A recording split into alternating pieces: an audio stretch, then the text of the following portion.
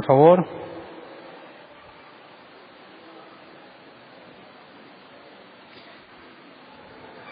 Primera de Corintios, capítulo 16,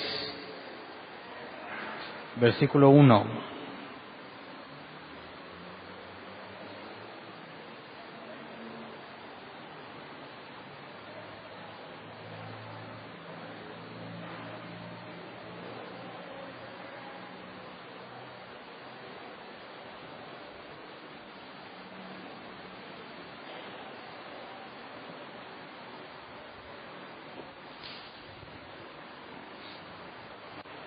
Dice: en cuanto a la colecta para los creyentes, sigan las instrucciones que di a las iglesias de Galacia.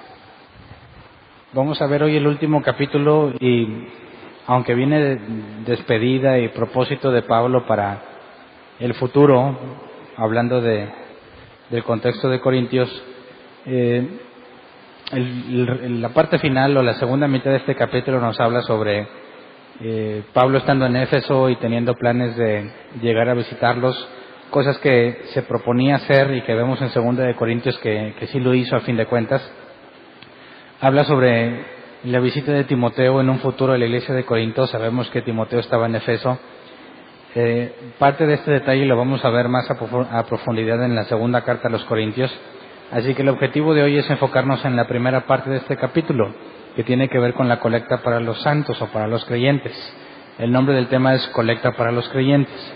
Y nos habla, o aquí se asume que la gente de Corintios ya sabe de qué se trata, la colecta para los creyentes, pero no nos da detalle sobre el fin específico de esta colecta. Pero si vamos a Romanos 15, versículo 25 al 27, encontramos que Pablo había hablado sobre esto en esta carta. Y nos da detalle que no nos da en Corintios sobre el propósito de la colecta. Romanos 15, 25 al 27. Dice: por ahora voy a Jerusalén para llevar ayuda a los hermanos, ya que Macedonia y Acaya tuvieron a bien hacer una colecta para los hermanos pobres de Jerusalén. Lo hicieron de buena voluntad, aunque en realidad era su obligación hacerlo, porque si los gentiles han participado de las bendiciones espirituales de los judíos, están en deuda con ellos para servirles con las bendiciones materiales. Y nos deja ver entonces que la colecta era para los creyentes que estaban en necesidad, ¿verdad? Los judíos particularmente en Jerusalén. Entonces, aquí hay una parte interesante que quisiera aclarar, porque puede llevarnos a concluir cosas raras, como la relación entre judíos y gentiles, en el sentido de que los gentiles estamos en deuda con los judíos en un aspecto general. He escuchado en algunas partes este tipo de interpretaciones donde dicen que los gentiles tenemos que amar especialmente a los judíos, y es común ver a los cristianos que hacen mucho énfasis en tratar bien a los judíos, ¿verdad? Pero cuando analizamos este contexto, para no meterme en temas muy complicados, ¿a qué se refiere Pablo en la deuda o la obligación que tiene de hacerlo los gentiles en ayudar a los judíos? ¿Por qué estaríamos obligados? ¿Por qué, si trataras de aplicar este pasaje en la actualidad, como yo he visto que algunos lo hacen, por qué tendríamos una deuda con los judíos? ¿Porque el evangelio viene de los judíos? ¿Estaríamos en deuda realmente con el pueblo judío y tenemos que hacer un extra por ayudarlos? ¿Siempre tendríamos que estar buscando ayudarlos? Yo he sabido de algunos que ofrendan para que se construya el templo, ¿verdad? El tercer templo, y hay un proyecto muy grande por parte de los judíos ortodoxos para la construcción del templo, y aunque jamás te permitirían entrar al templo, ¿verdad?, visitarlo porque eres un gentil, de todas maneras piden ayuda a cualquier ser humano del planeta Tierra. Y yo he visto muchos cristianos que de buena gana, partiendo de conclusiones fuera de contexto de pasajes como este, les envían dinero para que construyan el tercer templo. El problema es que los judíos que quieren construir el tercer templo no creen en Jesús y dicen que Jesús es un loco. Y cada vez me encuentro más grupos de personas en las redes sociales de judíos que, aunque se supone que ellos no tienen ninguna necesidad de evangelizar o de expandir su doctrina o de luchar contra los misioneros que tratan de llevar a Jesús, siempre los he visto que tratan de descalificar a Jesús. Entonces, los cristianos que ofrendan para la construcción del templo o para que los judíos regresen a Jerusalén y puedan servir en su templo, están haciendo algo que no debieran de hacer, ¿no? Si estas personas, judíos ortodoxos, no creen en Jesús y quieren construir el templo precisamente porque quieren reanudar los sacrificios del templo, es decir, vivir bajo la ley de Moisés, y el apóstol Pablo nos enseña, bueno, nadie está seguro de que Pablo sea el autor de la carta a los hebreos. En la carta a los hebreos se nos enseña que aquel que quiere vivir bajo la ley desprecia la gracia de Jesús. Entonces es imposible que un cristiano esté ayudándole a un judío a construir el templo en un acto de pleno rechazo hacia la persona de Jesús como Mesías y sobre todo como Hijo de Dios.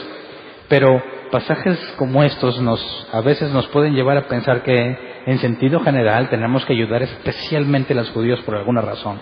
Así que si consideramos el contexto de lo que está escribiéndose aquí, dice, nos regresamos por favor al versículo 25-26, está hablando de una colecta para los pobres en Jerusalén. Y sabemos que es en Jerusalén donde empezó todo, ¿verdad? Donde Jesús encomendó a los discípulos y donde se fundó la iglesia. Entonces, dice, no, esa no es Romanos. Eran los dos versículos anteriores. Era Romanos 15, 25, 26 y 27. Consideremos que los que están batallando son los que están en Jerusalén, y sabemos que todo empezó en Jerusalén, y los gentiles contemporáneos, en ese tiempo en el que fue escrito, los gentiles no hubiesen conocido el Evangelio si no hubiese sido por los judíos que estaban en Jerusalén. ¿Me explico? Dice, ahora voy a Jerusalén para llevar ayuda a los hermanos, ya que en Macedonia y Acaya tuvieron a bien hacer una colecta para los hermanos pobres de Jerusalén. Ahora es el versículo 27. Lo hicieron de buena voluntad, aunque en realidad era su obligación hacerlo. ¿Por qué era su obligación? Dice, porque si los gentiles han participado de las bendiciones espirituales de los judíos, es decir, la predicación del Evangelio, no tiene nada que ver la ley, ni el templo, ni nada de eso, porque los gentiles no pueden participar en eso. Pero si en ese momento la iglesia de Macedonia y Acaya habían conocido el Evangelio, es porque los judíos, específicamente de Jerusalén, porque no había judíos en otra parte que tuvieran el Evangelio. Los judíos de Jerusalén son los que salieron a predicar el Evangelio. Así que los gentiles de esas regiones estaban en deuda, por así decirlo, con los judíos de ese momento, porque gracias a ellos y a su esfuerzo conocieron el Evangelio. Entonces, la obligación, porque si los gentiles han participado de las bendiciones espirituales de los judíos, están en deuda con ellos para servirle con las bendiciones materiales. Pablo está demandando reciprocidad, ¿verdad? Si el judío en aquel momento hizo un esfuerzo por llegar a ellos y ahora los judíos estaban en necesidad, lo menos que se podía esperar es que los gentiles ayudaran a los judíos. Pero en ninguna forma nos está hablando de que hoy en día todos los gentiles tenemos que estar agradecidos con los judíos, ¿verdad? La propia Escritura enseña que ya no hay dos pueblos a los ojos de Dios, es uno solo. Y judíos y gentiles somos iguales ante Dios. Así que este pasaje no enseña una preferencia hacia los judíos, sino que en el contexto de ese momento se esperaba que actuaran de acuerdo pues al mover del Espíritu Santo, ¿no? Y ahorita vamos a ver más adelante esto, porque si alguien de quien tú recibiste ayuda se encuentra necesitado, lo menos que se espera es que tú ayudes, ¿verdad? Entonces, cuando Pablo en la carta a los Corintios, vimos en el capítulo 16, habla sobre la colecta, no nos explica exactamente de qué se trataba, pero lo que vemos que escribió en Romanos nos ilustra sobre el específico, los hermanos pobres de Jerusalén. Ahora vamos a 2 de Corintios 8, 1 al 4, porque nos da un detalle particular de los de Macedonia. La carta de los Romanos nos dice que Macedonia y Acaya tuvieron la idea de hacerlo, ¿verdad? Y luego dice, 2 de Corintios 8, 1, ahora hermanos, queremos que se enteren de la gracia que Dios ha dado a las iglesias de Macedonia. En medio de las pruebas más difíciles, su desbordante alegría y su extrema pobreza abundaron en rica generosidad. Soy testigo de que dieron espontáneamente tanto como podían y aún más de lo que podían, rogándonos con insistencia que les concediéramos el privilegio de tomar parte en esta ayuda para los santos. Entonces, persona que estaba en pobreza, como los de Macedonia estaban en pobreza, querían ayudar a los pobres de Jerusalén, ¿verdad? Unos pobres quieren ayudar a los otros pobres. Y Pablo dice que dieron tanto como podían. Yo no sé si es una referencia a que no juntaron mucho, y Pablo explica por qué no se juntó tanto, haciendo aclaración de que eran pobres y que dieron espontáneamente. Es decir, decidieron empezar a dar y eran pobres y dieron lo que podían, pero rogaban con insistencia que les permitieran participar.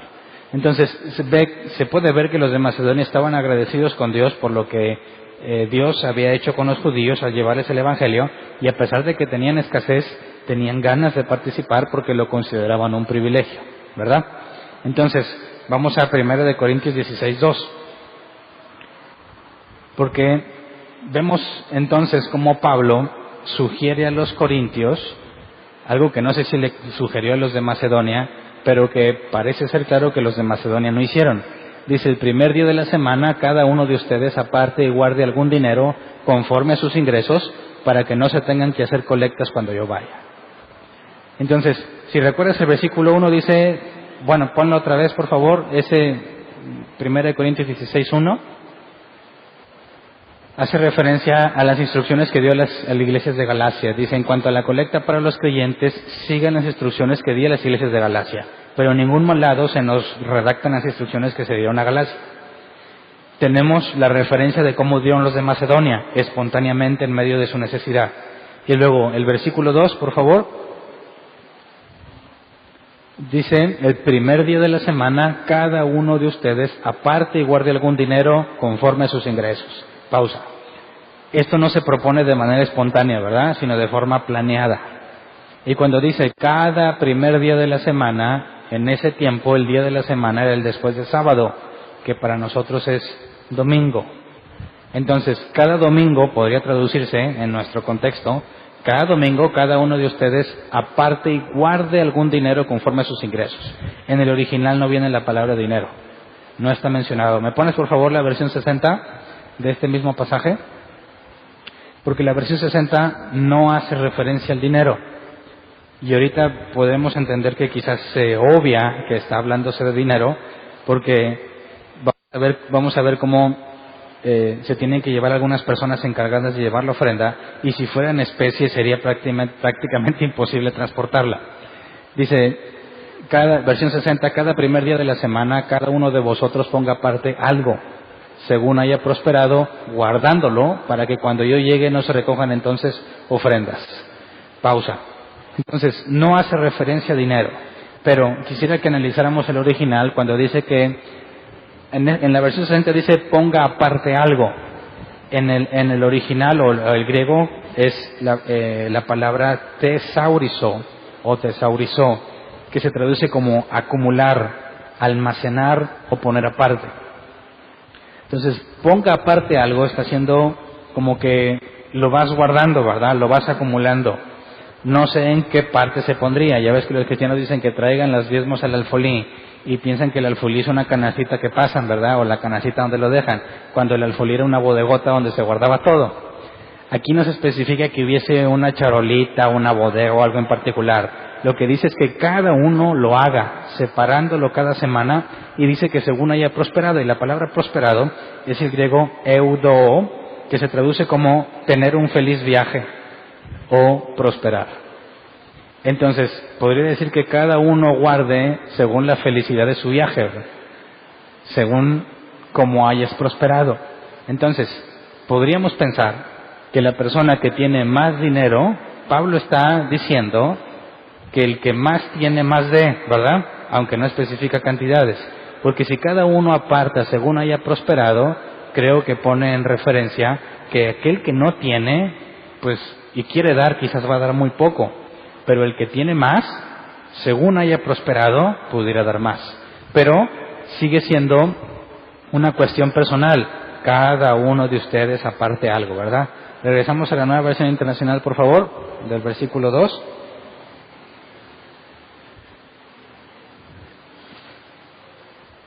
Cada uno de ustedes aparte y guarde algún dinero conforme a sus ingresos, para que no se tengan que hacer colectas cuando yo vaya. Entonces, la palabra dinero no está, pero podemos inferirla, que hablaba de alguna especie de dinero, no sé si propiamente monedas o algo de intercambio que no tuviera que ser voluminoso de manera que pudieran transportarlo de un lugar a otro. Pero es un asunto personal, cada uno de ustedes ponga parte. Ahora, ¿qué pasa si alguno de nosotros no ha prosperado? ¿Qué tal si no tienes la forma de dar, pero quieres ayudar?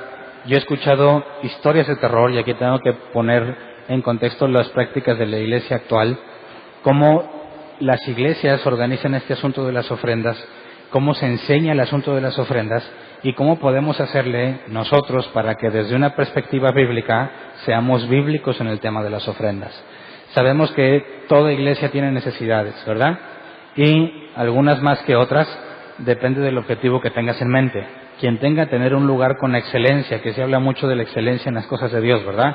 Entonces quieres preparar un lugar con excelencia y empiezas a decir, pues esas sillas no son excelentes, ¿verdad? Y la alfombra pues no está muy excelente, y el atril pues nada que ver con la excelencia, y las bocinas pues una calidad, no sé, la marca es chafa, ¿a poco le vas a ofrecer eso a Dios?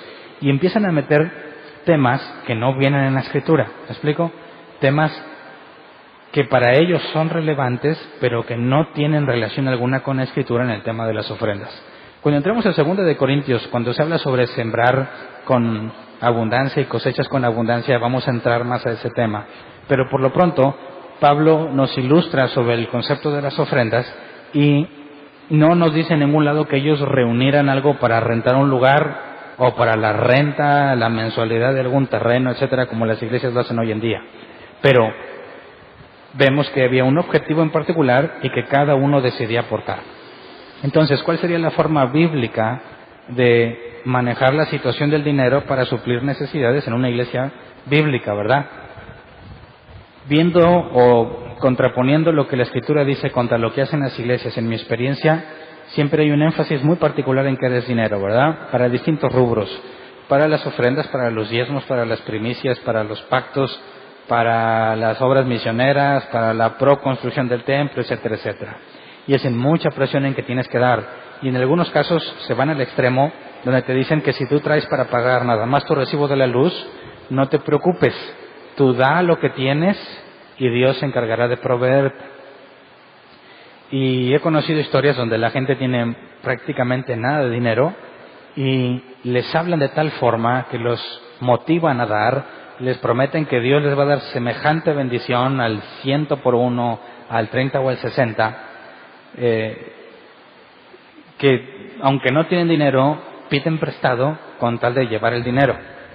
Alguna vez me tocó conocer la situación de un hombre que tenía a sus hijas enfermas y no le quedaba más que el dinero para la medicina. Y lo estaban invitando a ofrendar porque había necesidades en la iglesia. ¿De qué tipo? Pues bueno, ya no podría yo ir más allá, tratar de determinar qué tipo de necesidad era, pero era una necesidad que ellos consideraban apremiante. Y este hombre entró en un dilema: ¿ofrendo o no ofrendo? ¿Este dinero lo gasto en medicinas para mis hijas o lo ofrendo a la iglesia? Si lo ofrendo, ¿Dios me va a bendecir? Si no lo ofrendo y compro medicinas, ¿significa que no estoy confiando en Dios? ¿Tú qué harías? ¿Compro las medicinas o ofrendas para la iglesia? ¿Qué pasa si no ofrendas? ¿Qué te hace Dios o qué te va a hacer Dios si no ofrendas? ¿Te va a castigar? Tendríamos que hablar claramente de este tema, porque sí hay consecuencias con que no des, ¿verdad? ¿Cuáles son las consecuencias? No con Dios, ¿verdad? En el sentido de que Dios se enoje contigo o te recorte las bendiciones que tienes, obviamente no. Pero sí hay consecuencias. Si hay alguna necesidad en la iglesia, pues no se va a reunir el dinero. Si no se junta para la renta, pues se cierra la iglesia. Es una consecuencia directa, que no necesariamente es un castigo de Dios, ¿verdad? De que si alguien no ofrenda, pues Dios lo va a castigar. No dice eso la Escritura. Pero, ¿cómo podemos resolver bíblicamente la situación difícil de alguna persona?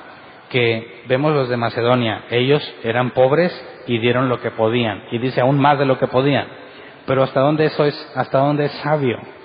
¿Hasta dónde un padre de familia con responsabilidades puede decir, voy a dar esto y me voy a emproblemar, pero yo sé que Dios va a estar feliz porque le di? Dios se va a poner feliz si le das, a pesar de que lo que tenías que gastarlo en comida, en medicinas, en cosas de primera necesidad. ¿Qué preferirá Dios, que ofrendes o que no ofrendes? Y creo que hay una forma que no sé si ustedes recuerdan, creo que hace más de un año les puse este ejercicio y yo espero que ya lo sepan resolver, pero si no, pues ahí les va otra vez, a ver si se les quedó de hace un año y medio. Es una situación hipotética que te puede pasar algún día. A Dios le agrada que le des a los pobres. La Biblia dice que el que da al pobre a Dios presta, ¿verdad? Y la Biblia dice que Jesús dijo que separará las ovejas de los cabritos y les dirá, por cuanto ayudaron a uno de estos más pequeños, ¿verdad? Lo visitaron, le dieron algo. Cuando tenía hambre le dieron de comer, le dieron de beber, lo visitaron en la cárcel cuando estaba enfermo. Y dice que el que lo haga a uno de esos pequeñitos se lo hace a él. Entonces imagínate que tú tienes, no sé, voy a ponerla muy crítica, 50 pesos en la bolsa. Después de una larga jornada, no tienes trabajo, es todo lo que tienes en la bolsa, 50 pesos, y tu familia te espera, tu esposa y muchos hijos, ponle 3, 4 hijos, y no han comido nada en todo el día. Tienes 50 pesos que en nuestra cultura no te cansan como para mucho, ¿no? Quieres comprar algo para cenar y para desayunar, y ya mañana buscas a ver qué consigues. Entonces esos 50 pesos es lo único que tienes y es lo que puede darle de cenar y de desayunar a tu familia. Camino a tu casa te encuentras a una persona pidiendo dinero en la calle. Sabes que a Dios le agrada que le des al pobre, ¿verdad? Y la Biblia dice que nunca le digas a alguien Dios te bendiga si tienes con qué darle, ¿verdad? Si nomás le dices Dios te bendiga y tienes con qué darle y no le das, estás haciéndolo mal, estás en pecado. Si tienes con qué darle y lo ves en necesidad, no le digas de palabra Dios te bendiga, también debes de ayudarlo. Entonces, te lo encuentras, te pide ayuda, tú traes 50 pesos. ¿Le ayudas o no le ayudas? Tienes 3 opciones. No le das nada, te haces loco, ya sea que lo veas desde antes y te cambies de banqueta, o lo ignores cuando te pide, te pasas de largo y no le das nada. Imagínate algo así como el caso del buen samaritano. Está el que robaron y golpearon y pasa el sacerdote, lo ve y lo ignora y se sigue su camino. Algo similar, para que se vea feo. Segundo caso, le das todo lo que tienes confiando en que Dios te va a prosperar, porque el que da al pobre, a Dios presta. Y Dios tiene todo el poder del universo para que si tú le diste esos 50 pesos, Él te los puede regresar. Y si sabe que tienes necesidad, pues quizás en ese mismo instante te regrese 100 o más. Así que se lo das todo, esa es la opción número 2. Y la opción número 3 es que le das la mitad. Sabes que si le das la mitad, ya no vas a alcanzar, si acaso a cenar, pero ya no a desayunar. Así que ¿cuál opción escoges? ¿Le das o no le das una parte o cuál sería tu criterio? Con el objetivo de tener contento a Dios. Imagínate que Dios te está viendo. ¿Qué espera Dios que hagas? ¿Cómo resuelves esa situación? Puedes poner como ejemplo los de Macedonia. No tenían nada y dieron lo que pudieron. ¿Lo haces? O dices, no, Dios me ha llamado primero a administrar a mi familia, así que es primero mi familia y lo siento, no te puedo dar nada. O se van micha y micha. Levanta la mano el que no le da nada. 1. Ok. Levanta la mano el que le da todo. Ninguno. Pero para que quede registrado, levante la mano el que le da mitad y mitad. Bueno, algunos que no votaron. Imagínate que tú eres el hombre de la casa y tu mujer sabe que te quedan 50 pesos nada más y tú le llegas con la gran noticia de que ahora nada más te quedan 25. Te voy a preguntar qué hiciste con los otros 25. ¿Qué le vas a contestar? Se los di a un hombre de la calle. ¿Qué crees que te va a decir? Qué bueno, mi amor. Qué bueno. ¿Sí? Ella ha estado batallando con los niños todo el día que tienen hambre, y ya les dijo a su papá cuando llegue, les va a comprar algo de cenar y también para desayunar. ¿Cómo le darías la noticia a tus hijos de que solamente van a cenar pero no van a desayunar? ¿Cómo te sentirías después de darle los 25 pesos al indigente, al que estaba en la calle, y luego tienes que ver las caras de tus hijos con hambre porque decidiste compartir el dinero? Levante la mano el que se arrepiente de darle la mitad. ¿Nadie? ¿No se arrepienten? Uno ya se arrepintió. Señor, redargúyelo, Señor. ¿Quién más? Nada más uno se arrepintió. Entonces ya no le daba nada. Ok, ya tenemos 2 que no dan nada. 0, que los que dan todo. Y si fuéramos de otra iglesia diría, ¿dónde está tu fe, hermano? ¿Dónde está tu fe? Y los que dan la mitad. Bíblicamente, entonces, ¿cuál es la respuesta? A los que no le dieron todo, ¿Dios se enojará contigo, sí o no?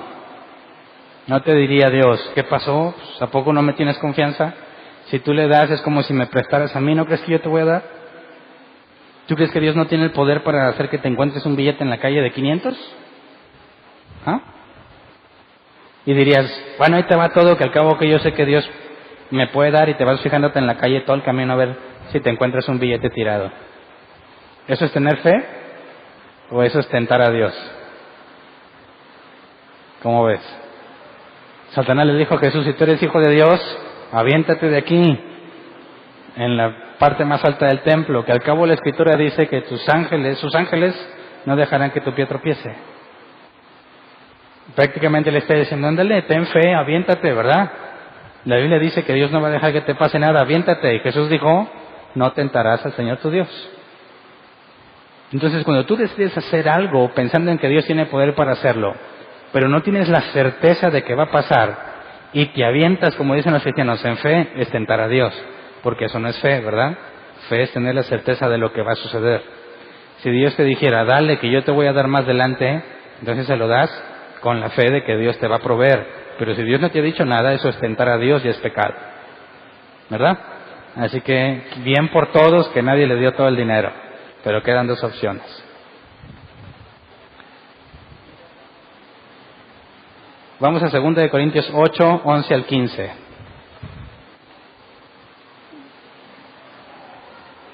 2 Corintios 8, 11 al 15. Dice, lleven ahora a feliz término la obra para que, según sus posibilidades, cumplan con lo que de buena gana propusieron. Porque si uno lo hace de buena voluntad, lo que da es bien recibido según lo que tiene y no según lo que no tiene. No se trata de que otros encuentren alivio mientras que ustedes sufren escasez. Es más bien cuestión de igualdad. En las circunstancias actuales, la abundancia de ustedes suplirá lo que ellos necesitan para que a su vez la abundancia de ellos supla lo que ustedes necesitan. Así habrá igualdad. Como está escrito, ni tuvo demasiado el que recogió mucho, ni le faltó al que recogió poco. Entonces, ¿cuál es la solución a nuestro problemita? ¿Quién de los dos eligió correctamente? ¿No dar nada o darle la mitad? ¿Cómo podemos aplicar esta parte? Regresémonos al versículo 13, por favor. No se trata de que otros encuentren alivio mientras que ustedes sufren escasez. Eso es bien importante que lo entendamos, ¿verdad? Los dos están pobres, los de Macedonia y los de Jerusalén, ¿verdad? Y dice que dieron más de lo que pudieron. Pero fíjate cómo sigue diciendo o limitando la capacidad que ellos tenían para dar. Dieron más de lo que pudieron. No se nos especifica qué tanto. Pero pensaríamos que en esta parte no se trata de que tú te quedes ahora sufriendo para que el otro esté bien, ¿verdad? Así que aquí hace falta criterio. Tienes a la persona que está pidiendo dinero, fíjate que yo di un detalle, es el final del día, ¿verdad? Los indigentes o las personas que están a pedir dinero no piden al final del día, ya tienen todo el día pidiendo. ¿Quién es más probable que tenga más dinero al final del día? ¿Tú o él?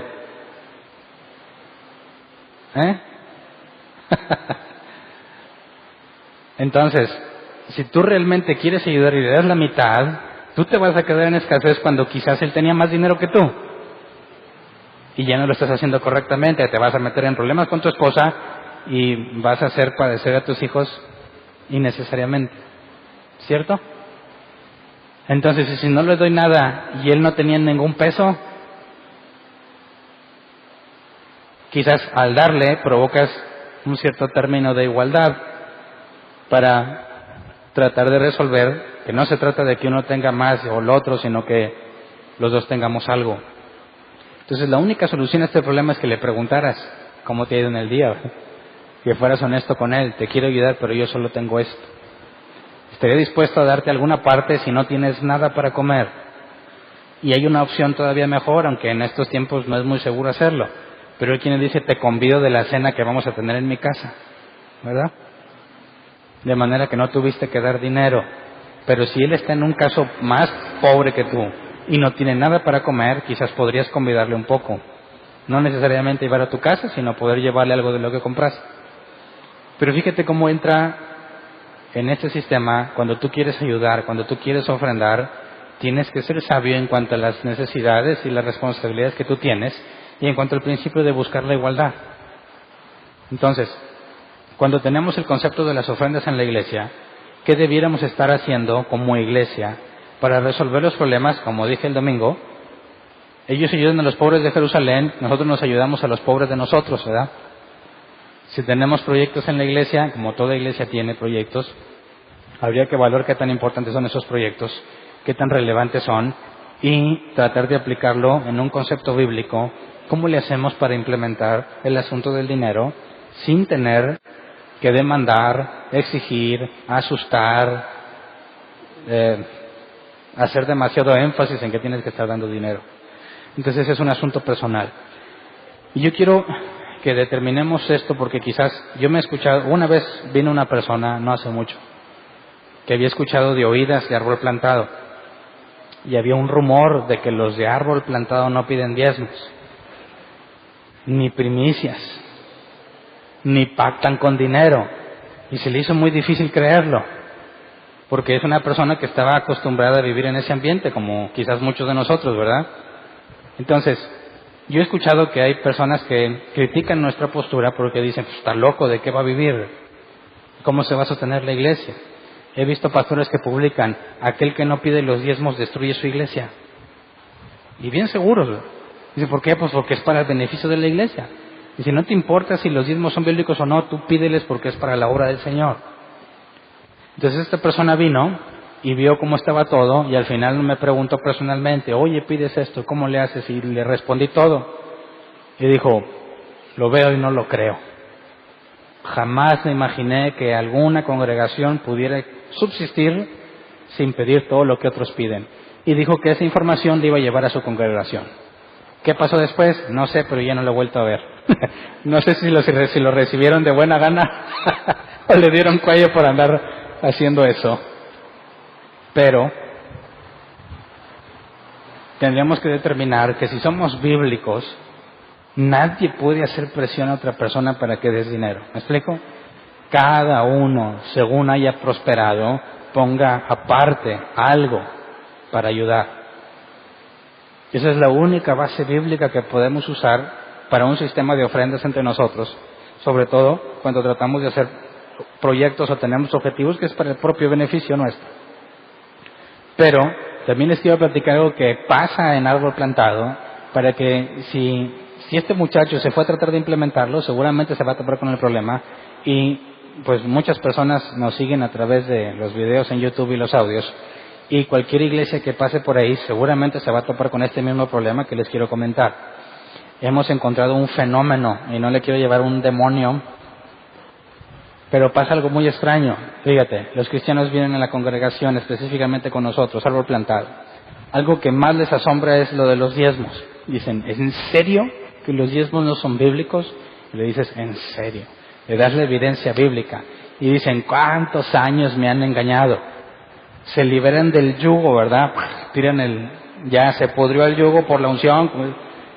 Y dicen, ya, nunca más. ¿Y sabes qué pasa con esas personas si lo hemos visto? Ya no dan ni un peso para la congregación. Ni uno, porque se acaban de librar de la maldición que les aquejaba. Y así duran un tiempo, meses, y de repente les cae el 20 y se activan. Muchas personas los tenían obligados a dar dinero. Era como cuando recibes tu nómina y te ves cuánto te descontaron de seguro, cuánto te descontaron, y dices, no hombre, es un robo, pero pues ni modo, ¿verdad? Así hay muchos cristianos en sus iglesias que van y dicen, es un robo, ¿por qué tanto? Pero lo dan. porque no soportan el cargo de conciencia de estarle robando a Dios. Entonces vienen a un lugar donde no se les demanda y se liberan y se desentienden completamente de las necesidades económicas de la congregación, y ya vemos que después se activan. Entonces es un proceso de vacío. Vienen las personas, se liberan, disfrutan su vida, viven la vida loca o no sé cómo llamarlo, y luego después otra vez vuelven a tomar seriedad, pero jamás de los jamases como lo hacían antes, ¿verdad? Y aquí yo quiero cuestionar esta situación, porque vemos que los de Macedonia consideraban un privilegio dar, ¿cierto?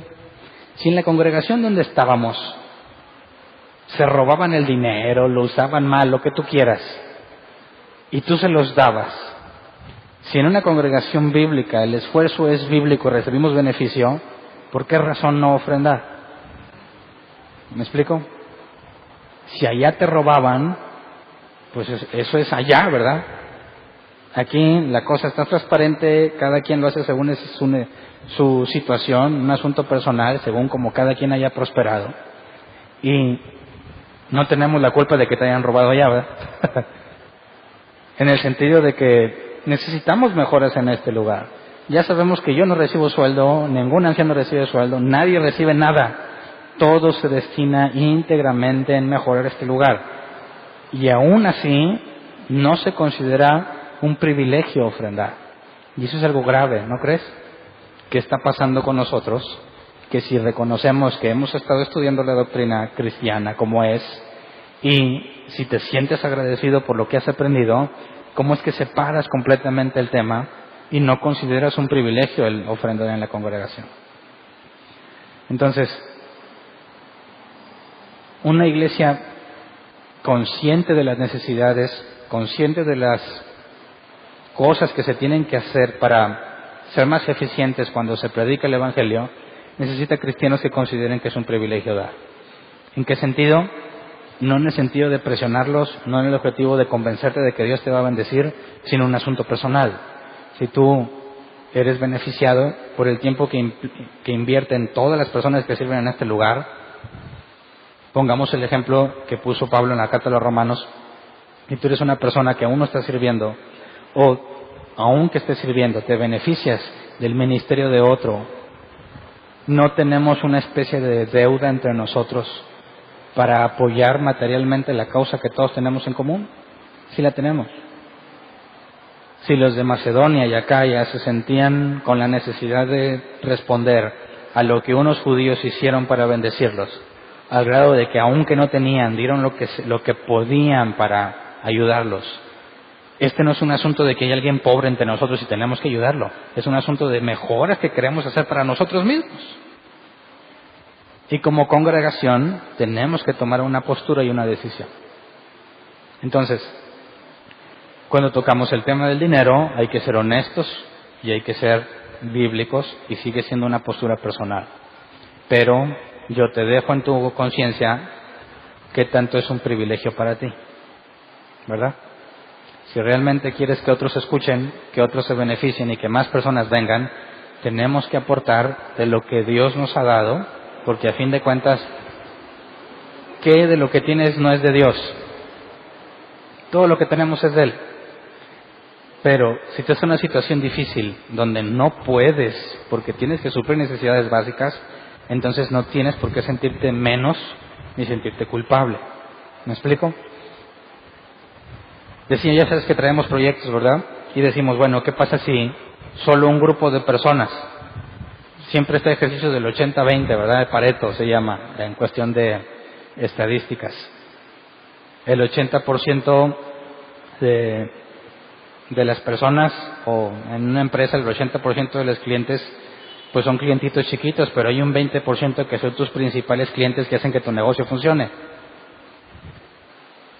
A veces puede ser que en la congregación un 20% de las personas está ofrendando y sostiene lo que se hace y un 80% no. ¿Qué tan justo es eso? Depende de la situación de cada uno, ¿no? Si el 20% está bien prosperado y puede dar y se beneficia el 80%, qué bueno, ¿verdad? Pero ¿qué hay del 80% que sí puede dar pero no quiere? ¿Hasta qué punto es válido? ¿Hasta qué punto es tolerable, bíblicamente hablando, que tú veas una necesidad en la congregación donde te beneficias, que tienes el dinero para apoyar, pero decides no hacerlo? Es algo que tienes que evaluar y que tienes que profundizar en ti mismo para entender por qué. Si antes te robaban, como dicen, no, es que vengo bien escamado. Pues sí, pero aquí todo es transparente. No se recibe para ninguna otra cosa y cualquiera puede preguntar el dinero. Yo escuché un pastor que dijo, aquí cualquier persona puede preguntar qué hacemos con el dinero. No se preocupen, pueden preguntar, pero el que pregunte se me va. O sea, que tú podías ir a preguntarle, te explicaban y luego te corrían por no tener la confianza. Eso no sucede aquí. Entonces, todos como congregación tenemos que evaluarlo porque sucede este fenómeno. Mientras más somos, y fíjate lo extraño que es, mientras más gente somos, menos dinero se recauda. ¿Por qué será? Cuando éramos menos, se juntaba más. Somos más y se junta menos. ¿Qué podrá estar pasando? ¿Cuál es la lógica del asunto? No puedo preguntarle a cada uno qué está pasando, así que gracias a Dios nos tocó analizar 1 Corintios 16 el día de hoy. Y entonces puedo hablar de este tema porque es lo que estamos analizando en la carta de los Corintios y ponerlo sobre la mesa con toda la congregación. Nos faltan los del domingo, ¿verdad? Pero es muy extraño que si somos más se junte menos. Eso implica que entre nosotros hay mucha gente en extrema necesidad, pero luego decimos, ¿quién tiene necesidad como para darle una despensa? Nadie. Entonces está más extraño, ¿no? Porque entonces no tienes gente en extrema necesidad que requiere una despensa gratuita que se le va a regalar, pero no ofrendan para los propios objetivos de la congregación de los cuales se van a beneficiar. Entonces, empezamos a descartar, ¿no? Si no es la extrema pobreza, yo creo que no queda otra más que negligencia. ¿Cierto? Y no puede ser que seamos negligentes en ese punto, sobre todo porque vemos que cada vez llega más gente y mientras somos más calor se siente.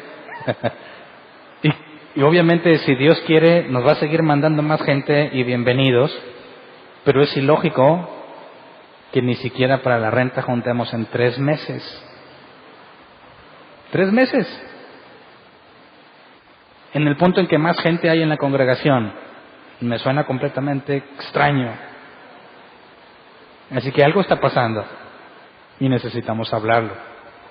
Pero en este asunto, para permanecer bíblicos, es algo que tú tienes que examinar en ti mismo y determinar cómo le hacemos para pegarnos a la parte que dice que cada uno aporte, separe algo conforme haya prosperado. Algunos piensan, y estoy de acuerdo en que un porcentaje es la única forma de asegurar que das según has prosperado, ¿verdad?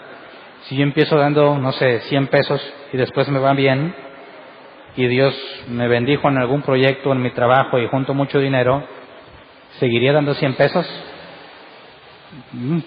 Te apartas del punto de que según hayas prosperado.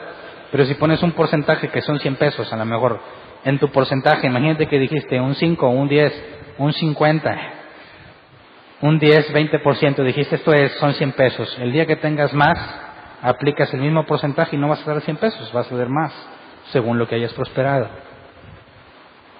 Pero se trata de que entiendas que queremos beneficiarnos y beneficiar a otros. Entonces necesitamos dar un paso más. Como congregación no podemos seguir así. Hasta el día de hoy, o ayer, el domingo, siempre ha sido a criterio personal. Si tú quieres ahí ponlo y si no, no. ¿Y sabes qué? No está funcionando. Necesitamos replantearlo y convertirlo en un compromiso individual. Alguien que se compromete, diga yo voy a aportar cierta cantidad porque así lo deseo, conforme haya prosperado. De manera que conforme estemos avanzando, sea mucho más sencillo hacer las cosas que tenemos que hacer. ¿Verdad? Por el bien nuestro y por el bien de los que vienen. Quizás algunos de nosotros aún no están sirviendo en un ministerio, pero puedes apoyar económicamente para que todos sigan sirviendo gratuitamente como se está haciendo. Necesitamos empezar a trabajar esa parte y dar el paso que nos falta. ¿Cuánto tiempo le estiman que podamos estar en este lugar? A gusto. ¿Se han fijado cómo hay domingos donde se llena completamente las sillas? ¿Cuántos más le calculas aquí? ¿Has visto cómo batallan los niños que no tienen salón? Ponle que les hacemos otro salón, que es un proyecto que se ha quedado en el cajón porque no se junta más que para la renta. Imagínate que hacemos otro salón. Estamos hablando de alguna idea de empezar a trabajar con los adolescentes. Requieren un salón. Imagínate que los niños, que hay 2 grupos de niños, requieren una tercera división por las edades. Ya no hay más salones, ¿dónde los vamos a meter?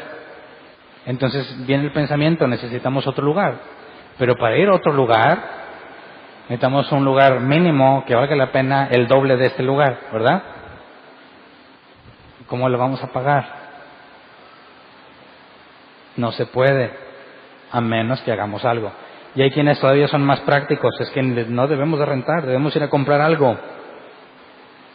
Dices, pues mira, así como estamos, no se puede pensar en eso. Una renta te penalizan o tienes un contrato anual, te quitan el depósito que diste y ya. Pero tratar de comprar algo y no pagar, pierdes todo completamente. Entonces, vamos a tener que tocar estos temas, sobre todo con los que son miembros de la iglesia.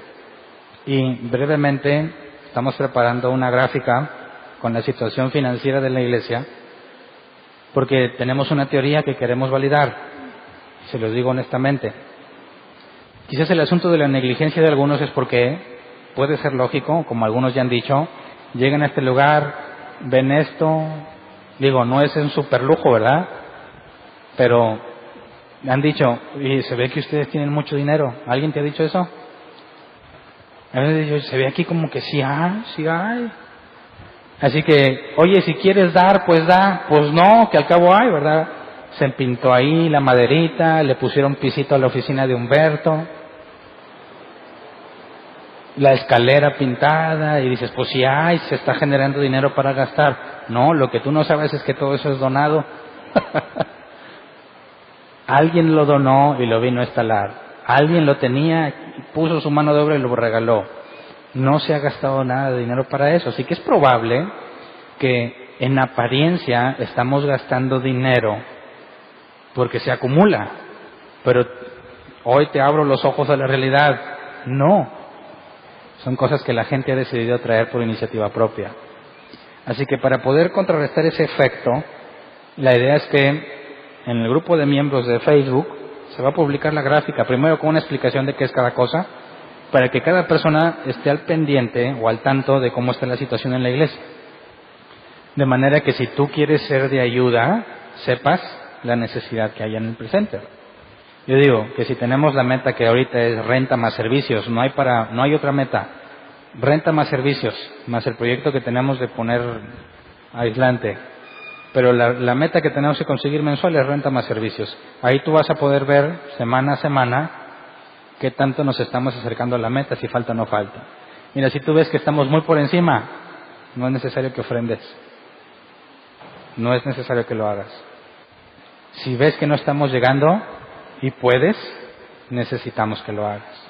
¿Me explico? Entonces, creo yo que es la parte o la forma más transparente de trabajar sin tener que llegar a un extremo de estarte insistiendo a cada rato con que tienes que aportar dinero. Entonces yo espero que en el transcurso de esta semana hagamos nuestros pininos con la gráfica y subamos para ver cómo la ven, con una explicación, o hacemos una junta para explicar bien de qué se trata y que puedas entender de forma fácil cómo estamos. Y también vamos a anexar la situación del proyecto que traemos en mente. ¿Alguien de aquí no vino el domingo? Levante la mano. 1, 2. Ok.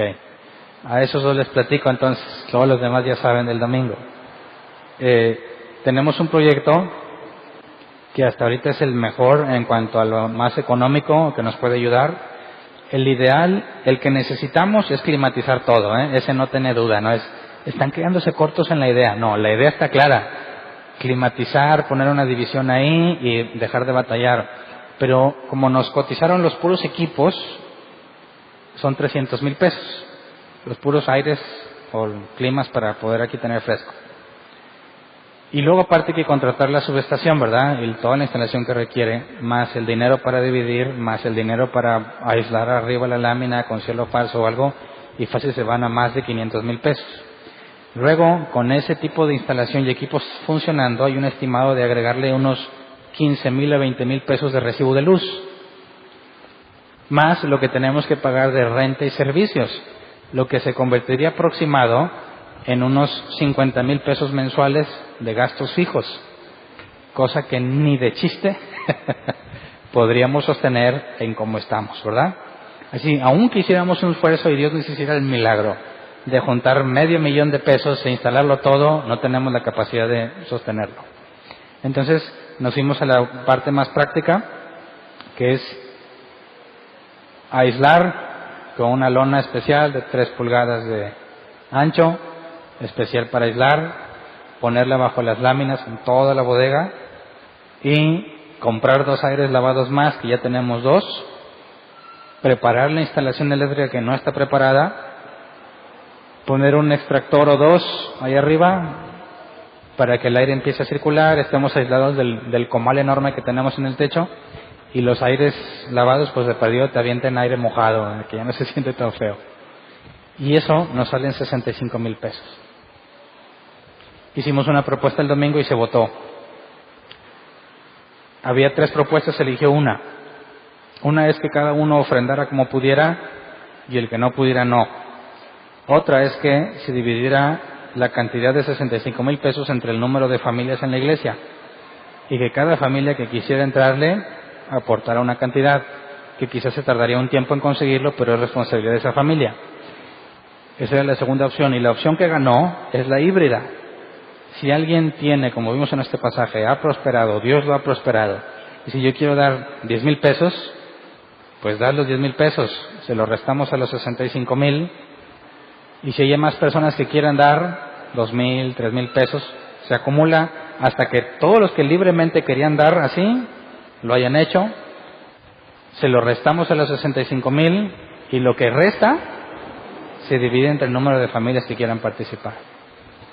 Hicimos más o menos un conteo el domingo, un aproximado de 65 familias en la iglesia y son 65,000 pesos, o sea, 1,000 pesos por familia, pero considerando que nadie ofrenda nada de voluntad propia por iniciativa, porque nadie ha prosperado o porque ahorita no puedes. Pero si alguien de esos 1,000 pesos aproximados, alguien dijera yo voy a dar 10,000, pues ya no son 1,000, ¿verdad? Ya le restas porque ya no sería sobre 65,000, sería sobre 55,000. Entonces, la idea es que no lo hagamos por emoción, como yo sé que en otras partes lo hacen ahorita, anímate con fe, ¿quién se apunta? No. Esto es algo más serio. De una cosa es quién se apunta con 3 cajitas de chicles o una bolsa de papitas para el evento, y otra cosa es el dinero, cuánto puedes traer con dinero. Así que nos apegamos a un proverbio que dice que no empieces a construir la torre si primero no has contado que tienes lo suficiente para terminarla. Entonces, les encargamos de tarea a todos, incluyendo los del miércoles, que determines para el próximo miércoles, como buen cristiano que lee la Escritura, si puedes apoyar y con cuánto. En el sentido de ser de los primeros que aportan antes de la repartición por familia que quiera participar, ¿verdad? De manera que tú digas, ¿sabes qué? Yo quiero aportar tanto y me tardo tanto tiempo, que según la situación tendremos de poner un tiempo límite, ¿verdad? Tú me dices, yo te voy a poner 10,000 pesos y me tardo 5 meses, pues ya no sirve, ¿verdad? Gracias por la intención, pero no nos va a servir. Entonces necesitamos determinar qué tanto es bueno, pero que sea por iniciativa propia. Y las familias que quieran participar, la próxima semana van a decir, quizás no podamos ofrendar ahorita con una cantidad, pero quiero entrarle a la repartición y hacer todo el esfuerzo por traer la cantidad que me toque. De esa manera podríamos estimar cuánto tiempo nos toma hacerlo y construirlo, ¿verdad? Implementar las donas y todo eso que se requiere, en una semana estaría listo. Entonces, nomás teniendo el dinero, y en la próxima semana ya empezaríamos a experimentar cambios. Cosa que sirve para el frío y para el calor, y si algún día más adelante queremos poner clima, eso nos sirve porque va a aislar y ya nos dejaría nada más la tarea de comprar los equipos e instalarlos. Así que no se tiraría nada a la basura si es que avanzáramos con los climas. Todo sirve. Entonces se las paso al costo, a los que no vinieron, los que no estaban el domingo, que se enteren, para que lo piensen, le pregunten a Dios, pero es parte de lo que queremos hacer como iglesia para empezar a avanzar. Entonces, aunque es un tema difícil lo del dinero, y es un tema sensible, si lo atacamos desde la perspectiva bíblica, se vuelve muy simple de tratar, ¿verdad? Si definitivamente estás batallando, no quiero que alguien aquí se sienta culpable, que diga, no, ya no voy, porque pues ¿con qué cara voy a entrar a beneficiarme del aire lavado para el cual no cooperé? No, ¿verdad? Pablo dice claramente, no se trata de que te quedes en escasez para que otros tengan. Se trata de que tengamos igualdad. Quizás quiero mencionarlo como un caso crítico. Si alguien está batallando económicamente y no puede aportar, no te preocupes. Esperemos en Dios que entre los demás podamos. Y si es así, te vas a resultar beneficiado. Pero vendrá otra oportunidad donde tú estés en abundancia y puedas suplir otra necesidad, y habrá algunos que no van a poder. Entonces ahí es donde mi abundancia suple la necesidad del otro, y luego la abundancia del otro un día me suplirá. Y encontramos igualdad entre todos. Como ven, ¿les parece un acercamiento correcto bíblico en cuanto a la forma de manejar las ofrendas?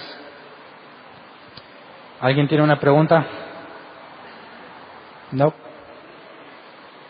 ¿Una pregunta?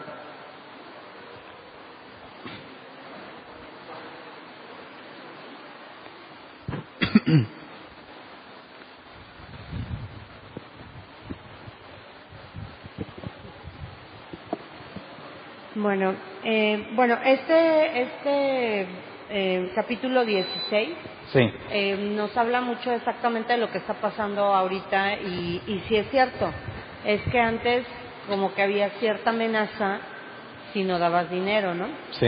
Y sí, efectivamente siento que te relajas en esa cuestión porque como que esperas que el otro dé, ¿no? Es lo que estábamos platicando Héctor y yo. Entonces, eso yo creo que es uno de las cosas que podemos ver que puede ser. Y la otra es que aquí en el versículo 9 dice, se ha abierto una puerta de par en par para hacer un gran trabajo. O sea, Pablo dice eso, ¿no? Y ya ves que se maneja mucho también lo de las puertas. Sí. Es que en este capítulo y en Segunda de Corintios, no me acuerdo qué capítulo, también habla de lo mismo. En cuanto a las puertas. Ajá, entonces pues es algo que no tocaste de alguna forma. O sea, se fue todo a la cuestión de lo de la ofrenda, y bueno, pues eso también lo podemos ver en la Iglesia Católica, ¿no? Que es parte de lo que hace el Vaticano, y cómo todo esto se ha manipulado con este capítulo. Yo siento que este capítulo es así como que muy fuerte en este Refiriéndote a las puertas. Bueno, esa es cuestión del dinero, pero yo te decía, y lo de las puertas, de cómo también se maneja, ¿no? Porque yo tengo una amiga que a todo Dios le abre puertas y le cierra puertas, sí. ¿no? Y también a nosotros así nos enseñaron. Bueno, más adelante entonces me enfoco para poder aclararlo. ¿Ok? Ese asunto de las puertas, porque está hablando sobre que está en Efeso, y ya más adelante nos metemos al contexto de ver qué es eso. Porque sí es cierto, en todas las redes sociales dicen, no, que Dios está abriendo puertas, y lo toma, no le dieron el trabajo. Y pues no, que Dios había abierto las puertas, ¿verdad? Pero bueno. ¿Alguien tiene otra pregunta? Ninguna. Entonces vamos a ponernos de pie y vamos a orar.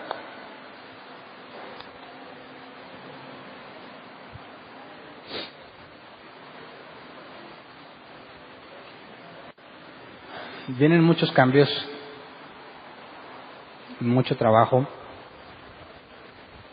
y necesitamos que todos hagamos un compromiso, no nada más en lo económico, sino en la forma de trabajar. Créeme que hay mucha necesidad. Cuando vamos a radio y eso, te encuentras como la gente tiene dudas en cosas tan básicas que quizá nosotros ya nos acostumbramos a esos temas, y no nos imaginamos que hay mucha gente que sigue atrapada en muchas cosas antibíblicas que nosotros dejamos atrás hace mucho tiempo. Hay mucha hambre por la doctrina. Mucha gente habla preguntando cómo podemos hacer, de cuándo das un curso de esto, cuándo es un curso del otro, y obviamente no tengo el tiempo para hacerlo. Pero hay muchos entre nosotros que Dios está capacitando para enseñar doctrina, correcto. Entonces viene un área muy grande de trabajo donde vamos a buscar gente, primero, para que nos ayude a capacitar a los demás y empezar a ofrecer muchas oportunidades de cursos y de muchas cosas para poder hacer frente a la enorme necesidad que Dios nos pone delante de nosotros. Entonces, me tomo las palabras de Pablo: si Dios está abriendo puertas en eso, si realmente la gente está dispuesta a escuchar y entre nosotros hay gente dispuesta a enseñar, ¿qué estamos esperando, verdad? Necesitamos alcanzar a toda esa gente que tiene hambre, que está en lugares donde no les enseñan para nada la Escritura y nada más los explotan, y no con el objetivo de traernos a este lugar, sino de que sean expuestos a la luz de las Escrituras y a ver qué hace Dios con ellos, ¿verdad? A ver si Dios les abre los ojos como a nosotros, y en el mejor de los casos hay una reforma en la iglesia en la que están y toda la iglesia pueda hacer cambios estructurales en cuanto a su doctrina. Necesitamos estar listos para eso, y eso implica un lugar donde traer a la gente para ser capacitada, donde capacitarnos nosotros, cómo poder tener más de un curso al mismo tiempo, y no estamos preparados para eso, y necesitamos prepararnos para poder ser útiles mientras Dios nos ponga las oportunidades. Entonces oremos para que entre nosotros suceda lo ideal. Si para poder dar mucho dinero se requiere que seas bien prosperado, tenemos dos opciones: o que Dios te dé económicamente más, o que te administres mejor, ¿verdad? Que yo creo que esa es la más probable. Toda gente dice que entre más tienes, más gastas, pero si te administras mejor, te darías que hay mucho dinero que estás gastando en balde. Entonces, oremos para que, si nuestro problema es que no tenemos y estamos administrándonos bien, que Dios en su misericordia nos supla para seguir avanzando. Pero si sí tenemos, pero no nos estamos administrando bien, que Dios nos haga ver todas esas áreas que necesitamos controlar, para beneficio nuestro y para poder estar apoyando las cosas que tenemos que hacer como iglesia. Como ven, vamos a orar pues. Señor, somos primero agradecidos, reconociendo lo que tú nos das es suficiente para las cosas que tenemos que hacer. Entre nosotros, Señor, estoy seguro que hay personas que hemos dado, hemos ofrendado, o algunos que quizás están en ese tiempo de relax donde consideraban que no era necesario ofrendar, pero confiamos que en tu misericordia puedes poner el correcto sentido en nuestras vidas para que podamos apoyar al avance de la obra, los que enseñan, los que participan, los que trabajan, los que aportan dinero, todos podamos ponernos las pilas para empezar a avanzar y hacer frente a la gran necesidad que has puesto delante de nosotros. Te pedimos que nos ayudes a administrarnos cada vez mejor, que no desperdiciemos el dinero en cualquier cosa, sino que seamos sabios. Si hemos aprendido y nos hemos beneficiado de este servicio, de estas enseñanzas, de lo que hacemos en conjunto, danos la capacidad de poder multiplicarlo, Señor, para poder llegar a más personas. Sabemos que todo obra de acuerdo a tu propósito, así que entre las dos opciones o las dos posibles situaciones que tenemos, aquellos que están en escasez, Señor, te pido que según tu voluntad, según tu misericordia, les proveas con más abundancia para que podamos aportar a la causa que tenemos en común. Si entre nosotros hay gente que le has dado abundantemente, pero no se ha sabido administrar para poder apoyar en las cosas de la iglesia, te pido que nos des sabiduría para poder hacer las correcciones necesarias. Pero dentro de tu propósito también sabemos que estamos en periodos de aprendizaje y quizás estamos bien administrados, pero no nos das todavía un aumento en nuestros ingresos. Enséñales a esos en particular que si no tienen la capacidad para apoyar y quieren hacerlo, que no se sientan inferiores, que no se sientan inútiles, sino que sepan esperar en Dios, que tú nos has prometido no nada más la posibilidad de estar en pobreza o la posibilidad de estar en abundancia, sino ambas cosas, que podamos decir como Pablo: en escasez o en abundancia, todo lo puedo en Cristo que me fortalece. Si estamos batallando económicamente, enséñanos a ser como los de Macedonia, que dieron de lo que podían y más, obviamente porque pensaban o lo sentían de esta forma, que era un privilegio participar de lo que tú estás haciendo entre nosotros. Señor, de acuerdo a tu propósito y al que nos has llamado, suple para las necesidades que tenemos y que podamos seguir avanzando, Señor. Que entre nosotros haya creyentes sabios que saben encauzar sabiamente el dinero para que tu obra se siga extendiendo. De antemano, sabemos que se va a hacer tu voluntad y que la gloria y la honra es para ti, Señor. Gracias. Amén.